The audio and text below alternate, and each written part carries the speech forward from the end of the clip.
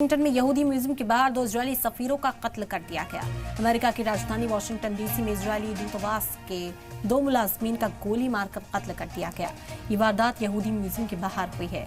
Times of Israel के मुताबिक अपराधी ने फ्री फिलिस्तीन का नारा लगाकर दोनों को नजदीक आकर गोली मार दी। महलूक में एक मर्द और एक खातून शामिल है। वारदात के वक्त दोनों मुलाजिम कैपिटल यहूदी म्यूजियम से बाहर निकल रहे थे। इजरायली सिफारतखाने के तर्जुमान ने कहा कि दोनों ने हाल ही में सगाई की थी और जल्द ही शादी करने वाले थे। पुलिस ने मुलजिम को गिरफ्तार कर लिया है। उसकी पहचान एलियास के तौर पर हुई है। उसकी उम्र 30 साल है। वो शिकागो का रहने वाला है। गिरफ्तारी के दौरान वो फिलिस्तीन को आजाद करने के नारे लगा रहा था।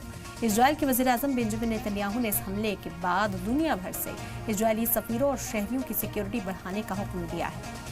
उन्होंने वाज़ेह लफ्जों में कहा है कि खून का बदला खून।